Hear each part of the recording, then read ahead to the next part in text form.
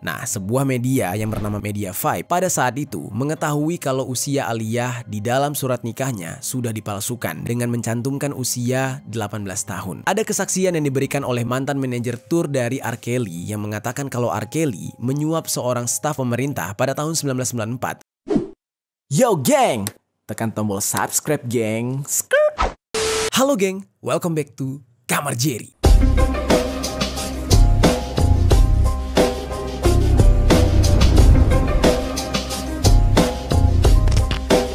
Geng. Oke, di part sebelumnya kita udah ngebahas tentang tuntutan Nicky Hayton. Terus juga ada seorang gadis kecil yang diadopsi oleh P. Diddy, tapi ternyata dia dicurigai sebagai korban penculikan. Namanya itu adalah Ava Baldwin. Nah, hari ini kita akan melanjutkan part selanjutnya, yaitu mengenai hubungan P. Diddy dengan R. Kelly, terus kedekatan P. Diddy dengan Jay-Z, begitu juga dengan istri Jay-Z yaitu Beyonce, dan juga nanti kita bakal ngebahas soal siapa saja korban dari Jay-Z dan juga Beyonce yang dikatakan ini masih berhubungan dengan P. Diddy. Langsung aja kita bahas secara lengkap di Permisi, peristiwa misteri dari berbagai sisi.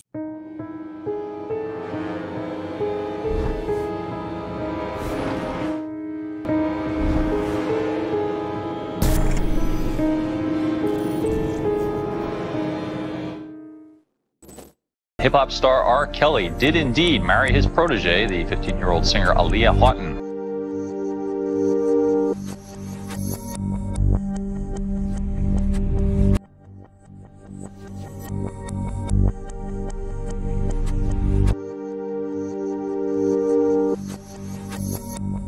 Kita langsung masuk ke dalam hubungan P. Diddy dengan R. Kelly, geng.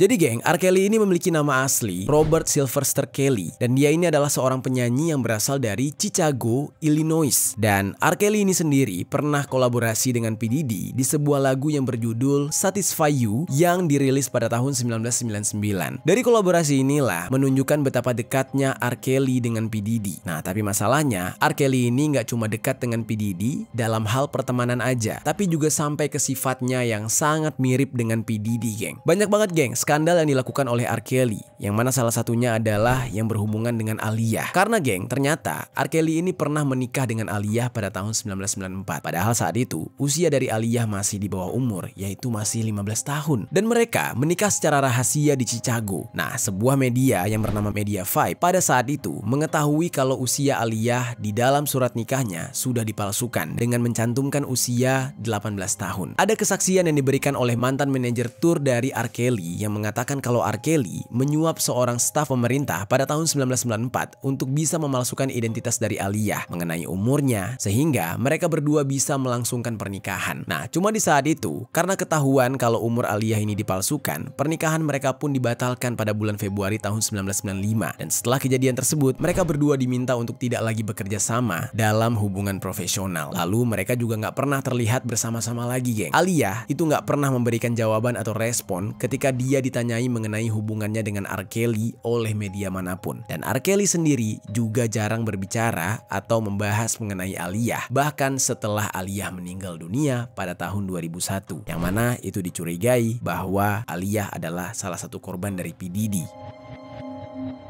Hip-hop star R. Kelly did indeed marry his protege, the 15-year-old singer Aaliyah Houghton. Lalu singkat cerita, pada tahun 1996 ada seorang perempuan yang bernama Tiffany Hawkins yang menggugat R. Kelly karena R. Kelly ini dituduh sudah melakukan tindak kekerasan seksual kepada dia, dan hal ini berawal di tahun 1991 ketika Tiffany ini berusia 15 tahun dan R. Kelly berusia 24 tahun. Di tahun tersebut mereka mulai melakukan hubungan dewasa. Nah, yang maksudnya itu bersetubuh gitu. Dan hubungan mereka itu berakhir ketika Tiffany ini berusia 18 tahun, yang mana berarti Tiffany dan R. Kelly menjalin hubungan selama 3 tahun lamanya. Gara-gara kasus tersebut, Tiffany pun meminta ganti rugi kepada R. Kelly sebesar 10 juta USD yang kalau dirupiahkan sebanyak 157 miliar rupiah rupiah. Tapi sayangnya, tuntutan tersebut hanya dipenuhi oleh R. Kelly sebesar 250.000 USD atau setara dengan 3,9 miliar rupiah ketika kasus ini selesai pada tahun 1998. Namun menurut juru bicara dari R. Kelly, pada saat itu dia mengatakan kalau R. Kelly nggak mengetahui sama sekali mengenai tuduhan yang diberikan kepada dia oleh Tiffany. Nah makanya R. Kelly di saat itu dikatakan agak bingung atas tuduhan tersebut. Lalu nggak sampai di situ aja. Pada tahun 2001, tiba-tiba ada seorang mantan pekerja magang di Epic Records yang bernama Tracy Sampson yang menggugat R. Kelly lagi dengan menuduhnya sudah berusaha untuk membujuk Tracy melakukan hubungan badan ketika dia masih berusia 17 tahun. Dan Tracy mengatakan kalau R. Kelly berusaha untuk menjadikannya sebagai objek untuk memuaskan nafsunya dan ingin mengendalikan setiap aspek kehidupan dari Tracy. Dan untuk masalah R. Kelly dengan Tracy itu akhirnya diselesaikan secara kekeluargaan. Hanya saja gak ada informasi lebih lanjut tentang bagaimana cara mereka menyelesaikan perselisihan tersebut.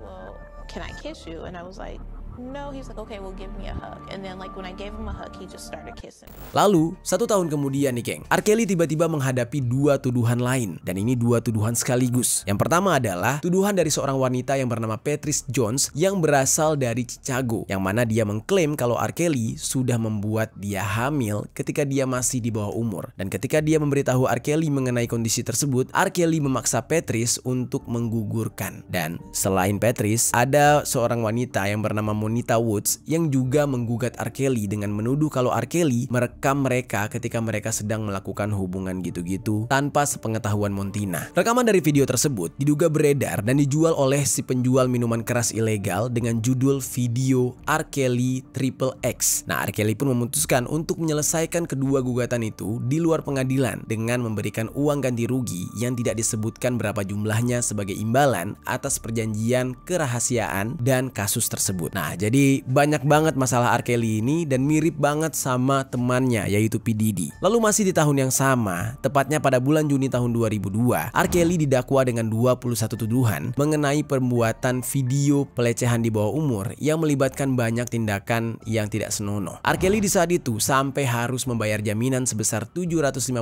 USD atau setara dengan 11,8 miliar rupiah. Dan dia sekaligus membantah kalau dia sudah melakukan hal tersebut. Sampai pada akhirnya dia nggak terbukti bersalah karena nggak ada bukti juga yang memperlihatkan kalau wanita di dalam video tersebut benar di bawah umur atau bukan. Nah, namun kasus tersebut belum selesai karena dia kembali didakwa dengan 12 tuduhan lain. Nah, 12 tuduhan ini itu dianggap karena R. Kelly sudah mendokumentasikan pelecehan yang dia lakukan terhadap seorang gadis di Florida. Dan tuduhan tersebut kembali dibatalkan dengan alasan polisi nggak punya cukup bukti. Lalu pada tahun 2017, R. Kelly itu kembali mendapatkan tuduhan lagi. Dia kali ini dianggap melakukan sebuah ritual aneh dengan praktik hubungan dewasa. Tuduhan ini muncul dari 3 mantan karyawan dan orang tua dari beberapa wanita. Nah, di saat itu R. Kelly juga sampai kelimpungan untuk menyelesaikan kasus tuduhannya ini. Terus berlanjut lagi geng, pada tahun 2018 ada banyak korban yang pada akhirnya buka suara mengenai apa yang mereka alami dan disebabkan oleh R. Kelly. Di saat itu semua orang ini mengungkapkannya di depan pers. Segala tuduhan yang menimpa R. Kelly ini akhirnya membuat banyak staf dari R. Kelly memutuskan untuk mengundurkan diri dan adanya gerakan untuk meng-cancel R. Kelly dengan hashtag Mute R. Kelly. Dan berujung pada tahun 2019 dengan adanya sebuah film dokumenter berjudul Lifetime Surviving R. Kelly yang membahas segala tuduhan yang ditujukan kepada dia, kepada si R. Kelly. Dan ini benar-benar kontroversial banget geng. Dan si R. Kelly ini gak beda jauh dengan P. Diddy. Lalu karena kesamaan itulah banyak yang gak heran kenapa bisa mereka berteman. Ya karena sifat mereka yang sama dan sering melakukan skandal dan melakukan kekerasan atau pelecehan terhadap para perempuan. Apalagi setelah dikaitkannya kasus meninggalnya Aaliyah dengan P. Diddy, R. Kelly juga jadi terseret ke dalam konspirasi mengenai meninggalnya Aaliyah. Terus gak cuma R. Kelly dan P. Diddy doang geng, ada musisi lain yang ikut terseret yaitu Jay-Z. Hal ini diungkapkan oleh seseorang yang bernama Dame Dash yang dulunya adalah teman dekat dari Jay-Z dan salah satu pendiri dari Roc-A-Fella Records yang menceritakan bagaimana kedekatan antara Jay-Z dengan R. Kelly. Nah, ini kayaknya menarik juga untuk kita bahas tentang sejauh apa kedekatan antara Jay-Z dengan R. Kelly.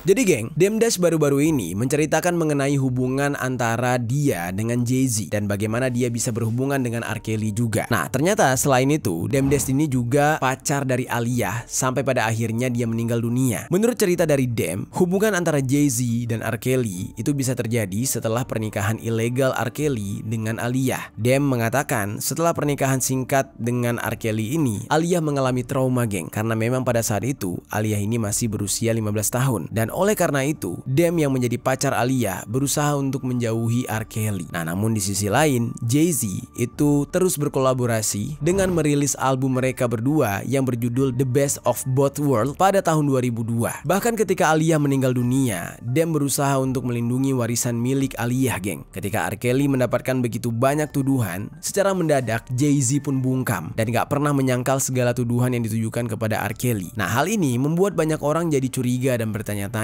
dan berspekulasi kalau bungkamnya Jay-Z atau diamnya Jay-Z ini adalah untuk melindungi bisnisnya yang pada saat itu sedang berkembang. Jadi mau nggak mau di bidang musik, olahraga, dan fashion, bahkan ganja. Lalu geng, Jay-Z dan Dame Dash itu adalah founder dari Roc-A-Fella Records yang bersama dengan Karim Burke. Nah, awal mula keretakan hubungan pertemanan antara Jay-Z dengan Dame Dash itu berawal pada tahun 2000-an, dimana pada saat itu Dame ini menilai kalau keputusan bisnis yang dilakukan oleh Jay-Z untuk Roc-A-Fella itu terlihat hanya untuk keuntungan pribadi saja dengan mengorbankan hubungan persahabatan yang sudah mereka jalin dengan Jay-Z. Dan Jay-Z mengatakan kalau dia masih berusaha untuk menyingkirkan Dame Dash dan labelnya yaitu Roc-A-Fella Records. Lalu pada akhirnya di tahun 2008 Jay-Z itu mendirikan label yang bernama Roc Nation sebagai pengganti dari Roc-A-Fella tadi. Dan gak seperti Roc-A-Fella yang dimiliki oleh 3 orang. Nah, untuk kali ini Jay-Z justru menjadi pemilik tunggal dari Roc Nation. Dan ketika kasus Diddy ini terungkap kemudian menjadi besar, selanjutnya perhatian akan beralih kepada Jay-Z yang akan mengungkapkan seberapa jauh hubungan Jay-Z dengan P. Diddy dan juga R. Kelly, yang mana mereka ini memang berada di dalam satu circle yang sama yang mungkin sama-sama melakukan kejahatan juga. Nah, karena R. Kelly dan P. Diddy kasusnya sudah terungkap, Dame Dash itu menduga kalau Jay-Z lah yang akan selanjutnya menjadi target untuk diungkap juga kasus-kasus yang melibatkan dia. Lalu geng, ada satu kasus yang dihubungkan dengan Jay-Z, yaitu kasus dari seorang penyanyi rap yang bernama Tory Lanez yang diduga bisa dipenjara karena rencana yang dibuat oleh Jay-Z. Nah, ini gimana kasusnya? Sekarang kita bahas. Nah, jadi geng, Daystar Samuel Shua Peterson atau yang lebih dikenal dengan nama Tory Lanez. Dia ini adalah seorang penyanyi dan rapper asal Kanada. Dia ini tersandung kasus tentang penembakan terhadap seorang perempuan yang bernama Megan Thee Stallion yang juga merupakan seorang rapper dan musisi di bawah naungan record label milik Jay-Z yaitu Roc Nation. Di saat itu nggak ada yang tahu geng bagaimana bisa penembakan tersebut terjadi. Tapi beberapa hari setelah insiden, Megan ini menceritakan apa yang dia alami melalui Instagram dengan mengatakan kalau dia itu mengalami luka tembak sehingga dia harus dioperasi. Nah, cuma di saat itu dia nggak menceritakan dengan detail siapa yang melakukan itu, terus kapan dia mengalami penembakan tersebut, karena berita tentang Megan ini benar-benar abu-abu. Tiba-tiba nih geng, gara-gara hal tersebut mulai banyak asumsi yang berseliweran di media sosial. Nah, asumsi-asumsi liar ini mulai menuduh siapapun, mulai dari si A, si B, si C gitu ya. Dan di saat itu secara mengejutkan, secara mendadak Megan mengatakan kalau penembakan yang dia alami ini dilakukan oleh Tory Lanez. Allegedly involved rapper Tory Lanez. Lanez pleaded not guilty to assault and weapons charges related to that.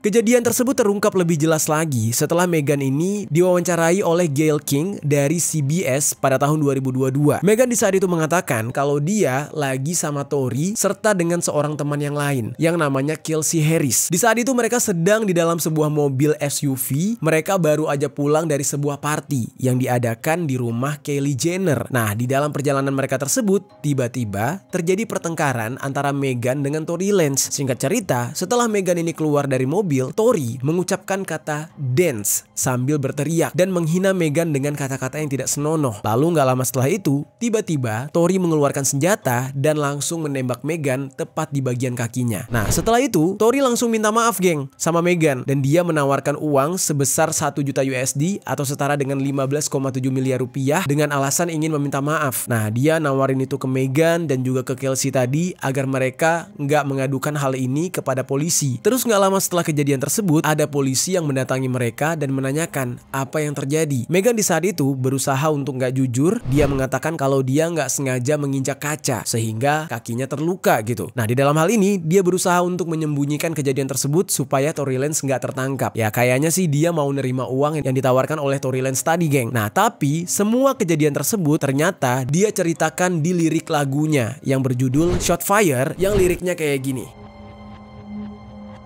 Dan insiden penembakan tersebut dikatakan ternyata membuat Meghan selalu merasa tertekan sampai menghambat karirnya di dalam dunia musik. Dan setelah menahan sekian lama, Meghan pun mengungkapkan kejadian yang sebenarnya ke publik. Sampai pada akhirnya Tory Lanez pun ditangkap tepat pada tanggal 12 Juli tahun 2020. Dan dia di saat itu didakwa karena melakukan penyerangan terhadap Meghan. Selain itu, Tory Lanez juga dinyatakan bersalah karena sudah menyembunyikan senjata api yang berisi peluru serta senjatanya tersebut tidak terdaftar, jadi ilegal. Nah, akhirnya Tory Lanez ini dijatuhi hukuman selama 10 tahun penjara dan sampai saat ini dia masih di dalam penjara geng, belum lepas.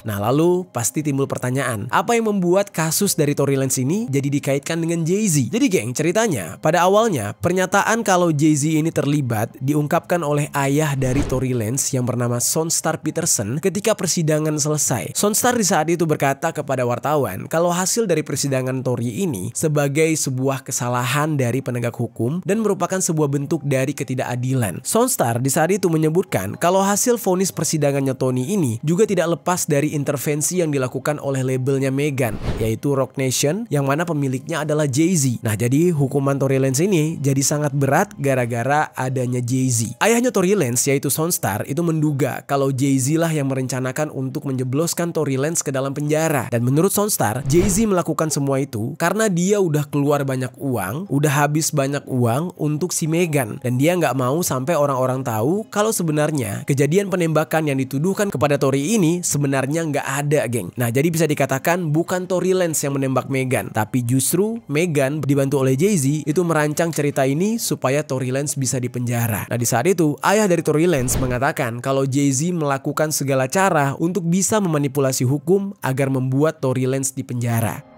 System of Roc Nation, including you, Jay-Z. Yes. Yes. You who say you rose from the gutter.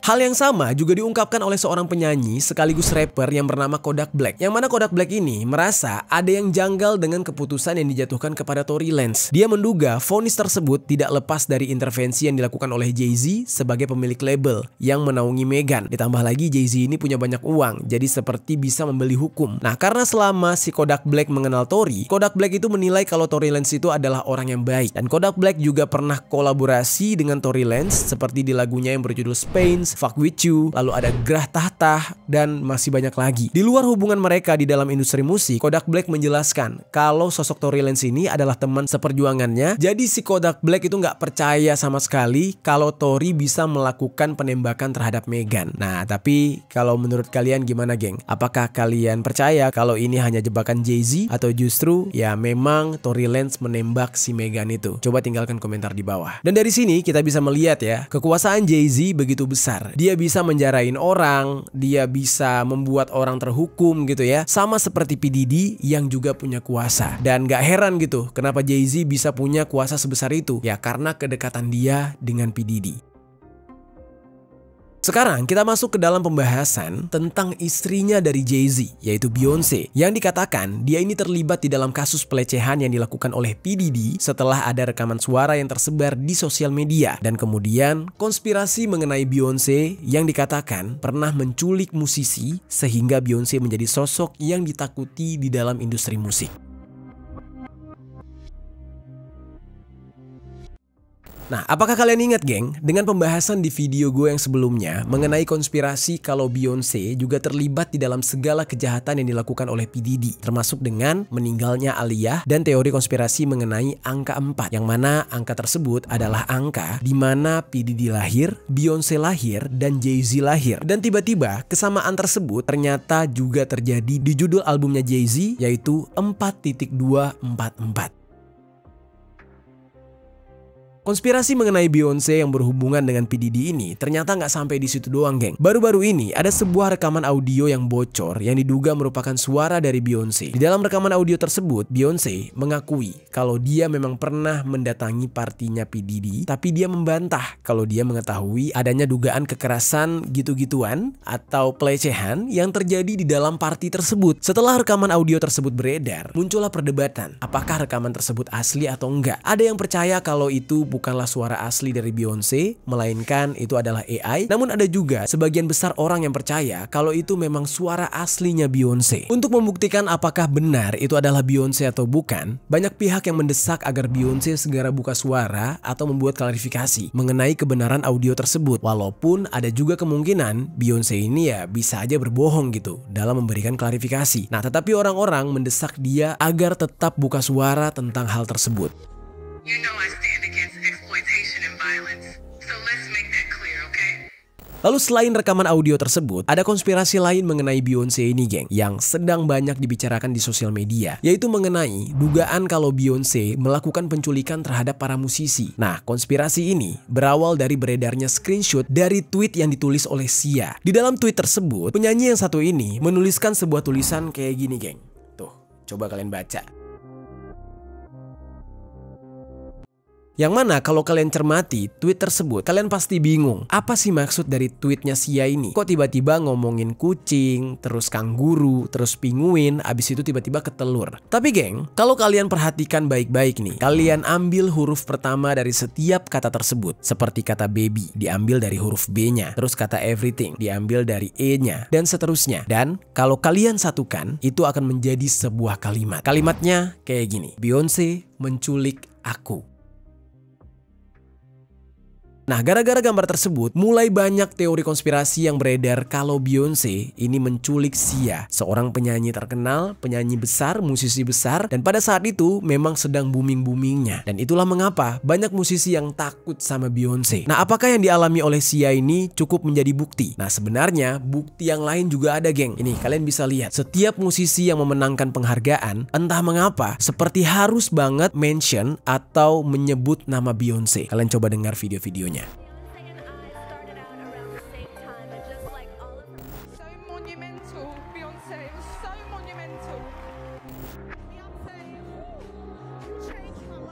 Nah, kalian bisa lihat ya, ada Britney Spears, ada Lizzo, sampai Adele yang rela mematahkan piala Grammy-nya untuk diberikan kepada Beyonce. Banyak yang menghubungkan nih, pujian-pujian dari para musisi tersebut kepada Beyonce itu disebabkan karena mereka ini takut kepada Beyonce. Tapi kalau dipikir-pikir ya, kalau memang para musisi itu takut, kenapa nggak Beyonce aja langsung yang menang? Kenapa harus para musisi lain yang memenangkan piala-piala tersebut? Kenapa nggak langsung Beyonce aja gitu? Kan Beyonce punya kuasa nih, kan dia bisa aja mengontrol acara tersebut untuk memberikan piala itu kepada dia. Nah, sebenarnya ini bisa dijelaskan dengan teori yang mana kalau Beyonce yang terus-menerus memenangkan piala-piala tersebut, rasa-rasanya itu kan bakal garing banget. Wah, Beyonce lagi, Beyonce lagi. Atau justru orang-orang akan berpikir, wah ini mah curang, Beyonce yang menang mulu, setiap tahun akan Beyonce terus. Dan itu kan nggak mungkin kayak gitu. Masa ya Beyonce terus? Nah, makanya untuk membuat psikis setiap orang jadi terganggu, jadi terpengaruh, maka acara tersebut tidak akan memenangkan Beyonce, tetapi mereka akan memenangkan penyanyi-penyanyi lain atau musisi-musisi lain. Dan nantinya musisi tersebutlah yang akan memberikan pengakuan atau validasi kalau Beyonce itu lebih baik dari mereka. Nah, dengan begitu rasanya tuh lebih pol gitu. Pengakuannya langsung datang dari penyanyi yang memenangkan piala-piala tersebut. Ya kan, bayangin aja tuh. Ya misalkan Adele yang menang. Wih, gue menang, tapi gue gak pantas dapet ini. Yang pantas itu Beyonce. Nah, terus tiba-tiba Lizzo menang juga. Yes, gue menang, tapi gue gak pantas dapetin ini. Yang pantas Beyonce. Pengakuan terhadap Beyonce dari para pemenang pemenang-pemenang tersebut ya akan membuat nama Beyonce terus melambung dan tidak akan menciptakan kecurigaan dari para penonton. Kalau Beyonce yang menang terus, maka itu akan dicurigai, ya kan? Lah dia menang terus, berarti ada main belakang nih. Nah tapi kalau dia nggak dimenangkan, tapi setiap yang menang harus memuji dia, maka pamor dia akan jauh lebih naik, jauh lebih besar. Nah kurang lebih begitulah teorinya. Nah, gimana geng menurut kalian? Apakah asumsi-asumsi tersebut terlihat masuk akal atau justru hanya sebuah kebetulan? Kenapa banyak sekali musisi yang memenangkan piala tersebut harus memuji nama Beyonce? Terus yang jadi pertanyaannya, gimana kalau ada artis yang tidak menyebut nama Beyonce? Apa yang akan dia alami? Nah, nanti kita bakal bahas ke part selanjutnya tentang perkembangan kasus ini yang masih berhubungan dengan kasusnya P. Diddy. Kalau kalian setuju, kita bahas di part selanjutnya, tinggalkan komentar di bawah.